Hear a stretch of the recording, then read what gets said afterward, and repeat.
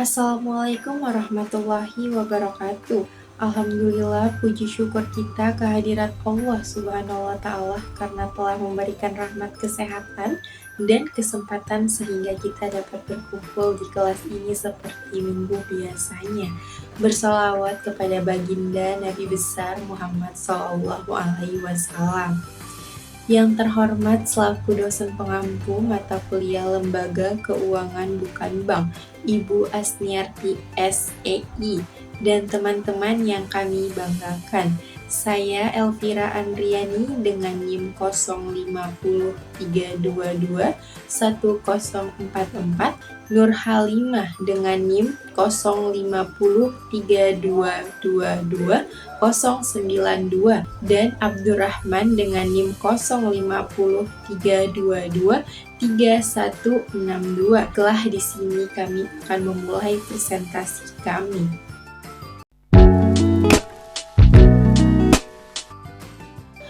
A. Pengertian dana pensiun. Berdasarkan yang tertuang dalam Kamus Besar Bahasa Indonesia atau KBBI, dana pensiun adalah sekumpulan dana yang diperoleh dari iuran tetap tiap peserta ditambah penyisihan penghasilan perusahaan, serta para peserta memiliki hak mendapatkan bagian keuntungan itu setelah pensiun.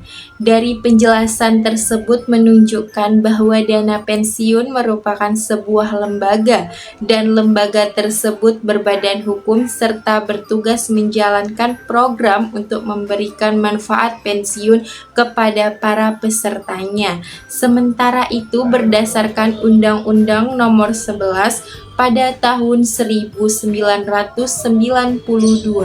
pengertian dana tersebut adalah badan hukum yang mengelola dan menjalankan program dengan janji manfaat pensiun.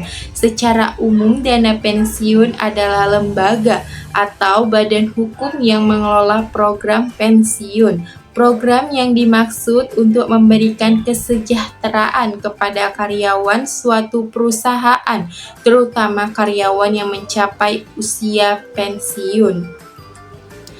Dana pensiun yang dikelola oleh lembaga atau badan hukum memungut dana dari pendapatan para karyawan suatu perusahaan, kemudian membayarkan kembali dana tersebut dalam bentuk manfaat pensiun setelah jangka waktu tertentu sesuai dengan perjanjian. Dalam hal ini, pensiun baru dapat diberikan apabila karyawan tersebut sudah memasuki usia pensiun atau sebab lain sehingga memperoleh hak untuk mendapatkan manfaat pensiun. Saat ini dana pensiun telah menjadi elemen yang pokok dalam kehidupan sosial ekonomi modern yang telah berkembang jauh di luar masalah teknis penyelenggaraannya saja. Dana pensiun merupakan sarana penghimpunan dana guna meningkatkan peran serta masyarakat dalam melestarikan pembangunan nasional yang meningkat dan berkelanjutan. B. Dana pensiun dalam sejarah ekonomi Islam. Bukan termasuk golongan kami, mereka yang tidak menghormati orang-orang lanjut usia di antara kami. Hadis riwayat Ahmad nomor 6937 dan Tirmizi nomor 1920 dinilai sahih oleh Syekh Al-Albani dalam Sahih Al-Jami nomor 5444. Dari hadis tersebut dapat disimpulkan bahwa selaku muslim meski menghormati orang tua dengan cara dan bentuk apapun. Terkait dengan dana pensiun, yakni perusahaan meski memperhatikan kesejahteraan karyawannya yang sudah tidak produktif atau yang telah berusia lanjut. Mereka berhak mendapat apa yang menjadi haknya, yakni berupa tunjangan hari tua agar mereka terus dapat bertahan hidup meski sudah tidak bekerja lagi. Dengan demikian, pendirian dana pensiun dapat dipandang sebagai pengalaman terhadap sebagian ajaran sosial ekonomi Islam tentang penghormatan terhadap mereka yang menjalani hari tua. J. Dana pensiun menurut hukum Islam. Islam menerapkan suatu sistem hukum tersendiri yang berfungsi mengatur kehidupan umat manusia. Islam merupakan agama yang rahmatil alamin atau rahmat bagi seluruh alam, sehingga hukum-hukumnya dapat diterapkan bagi seluruh manusia. Agama Islam yang membawa sekumpulan dasar-dasar akikah yang sahih, cara ibadah yang benar, dan aturan muamalah yang betul sebenarnya mempunyai tujuan penyempurnaan supaya hubungan dan perilaku sosial dalam masyarakat menjadi baik. Tujuan Allah Subhanahu wa Ta'ala mensyariatkan hukumnya adalah untuk memelihara kemaslahatan umat manusia sekaligus menghindari mufsadat di dunia maupun akhirat. Tujuan tersebut hendak dicapai melalui taklif yang pelaksanaannya tergantung pada pemahaman sumber hukum utama, yaitu Al-Quran dan Hadis.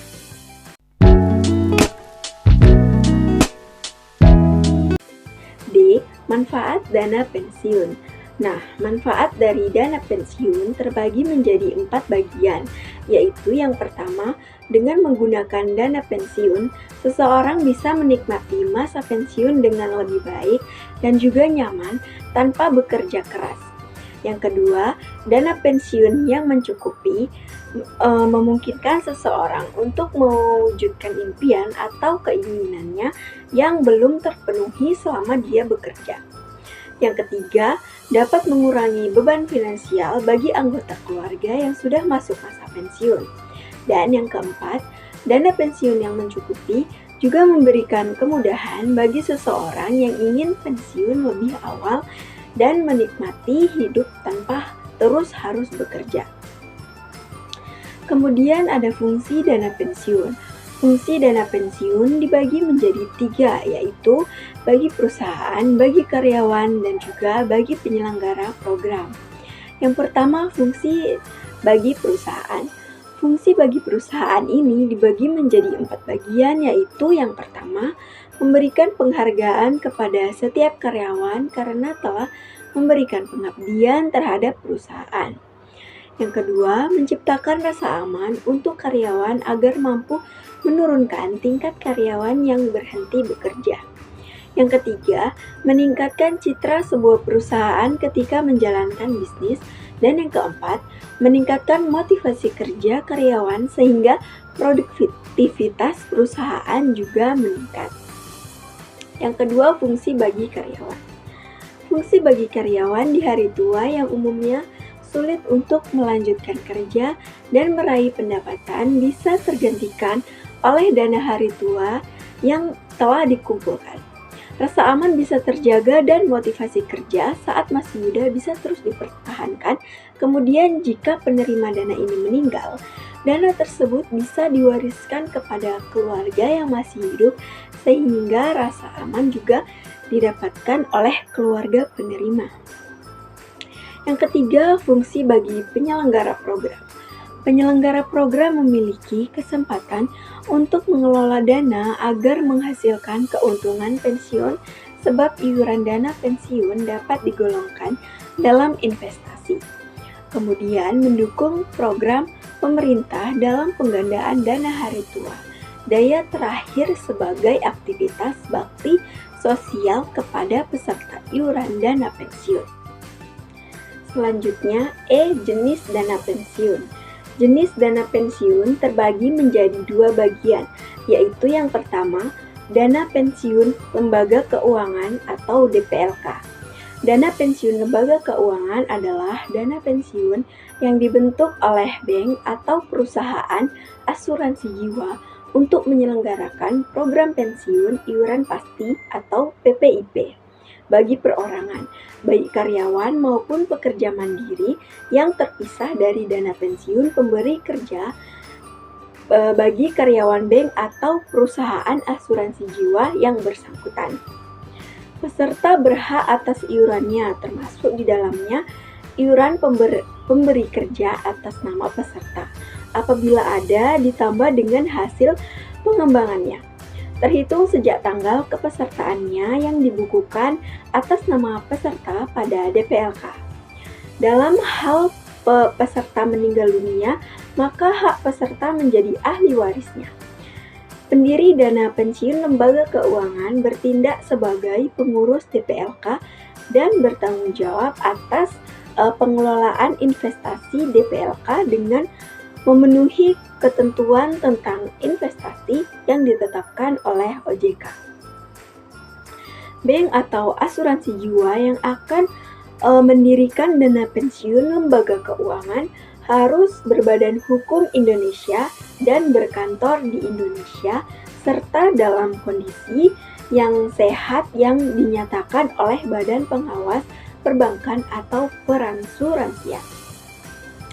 Permohonan tersebut harus dilampiri dengan yang pertama, salinan anggaran dasar pendiri, rekomendasi tertulis dari instansi pengawas yang menunjukkan bahwa pendiri dinyatakan sehat. Yang kedua, bukti kesiapan untuk menyelenggarakan dana pensiun lembaga keuangan. Yang ketiga, persyaratan lain yang ditentukan OJK apabila di kemudian hari terdapat perubahan PDP, maka pengurus dapat mengajukan perubahannya kepada OJK dengan ketentuan yang sama dengan pendirian DPLK atau sesuai ketentuan OJK yang terbaru yang bisa dilihat di situs OJK, dan pengurus serta pengawas DPLK adalah direksi dan komisaris dari bank ataupun asuransi jiwa yang mendirikan DPLK. Pelaksanaan pengurus DPLK ditunjukkan antara direksi bank atau asuransi jiwa pendirinya.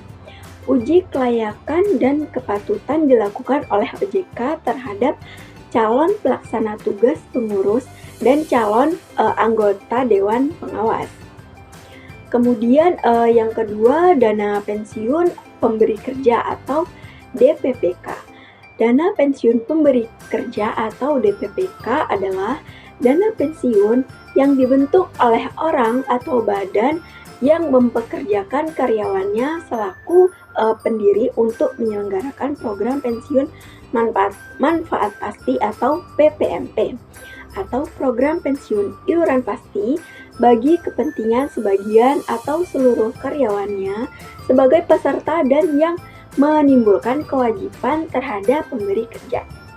Dasar pendiriannya adalah Undang-Undang Nomor 11 Tahun 1992 tentang Dana Pensiun dan Peraturan Pemerintah Nomor 76 Tahun 1992 tentang Dana Pensiun Pemberi Kerja. Iuran dana pensiun pemberi kerja atau DPPK berupa iuran pemberi kerja dan peserta atau iuran pemberi kerja saja. Seluruh iuran pemberi kerja dan peserta serta setiap hasil investasi yang diperoleh harus disetor kepada dana pensiun. Dalam hal peraturan dana pensiun menetapkan adanya iuran peserta, maka pemberi kerja merupakan wajib pungut iuran peserta yang dipungut setiap bulan. Pemberi kerja setiap menyetor seluruh iuran peserta yang dipungutnya serta iuran sendiri kepada dana pensiun selambat-lambatnya tanggal 15 bulan berikutnya. Besaran iuran peserta dana pensiun yang menyelenggarakan program pensiun manfaat pasti bisa tidak boleh melebihi jumlah yang ditetapkan oleh OJK.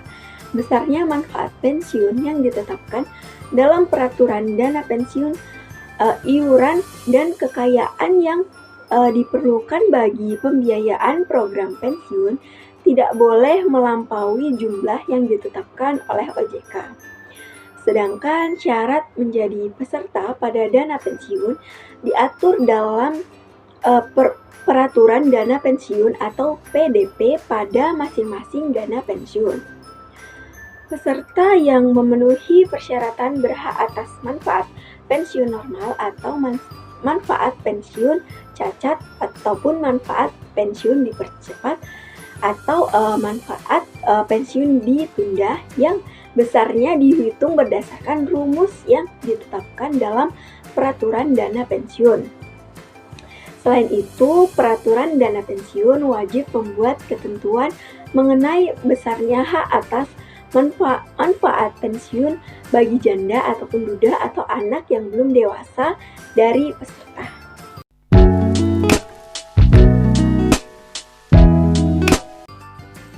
Baiklah, saya akan menjelaskan perbedaan antara dana pensiun konvensional maupun dana pensiun syariah.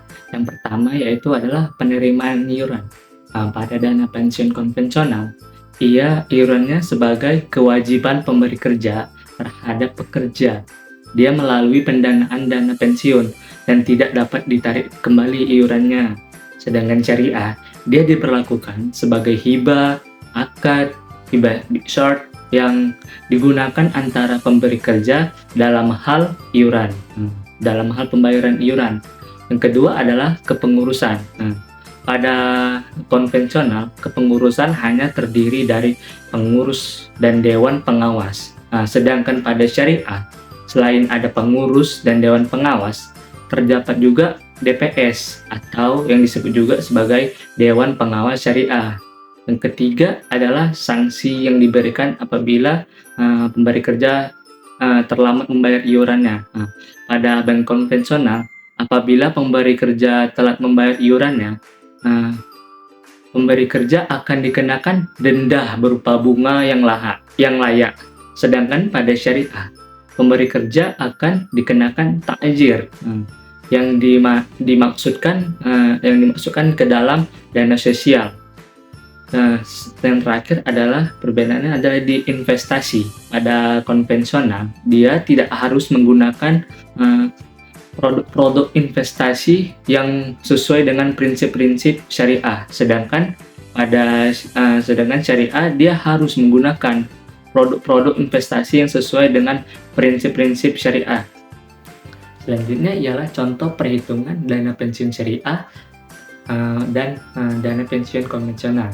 Nah, pertama seperti yang kita tahu, dalam syariah terkenal dengan bagi hasilnya.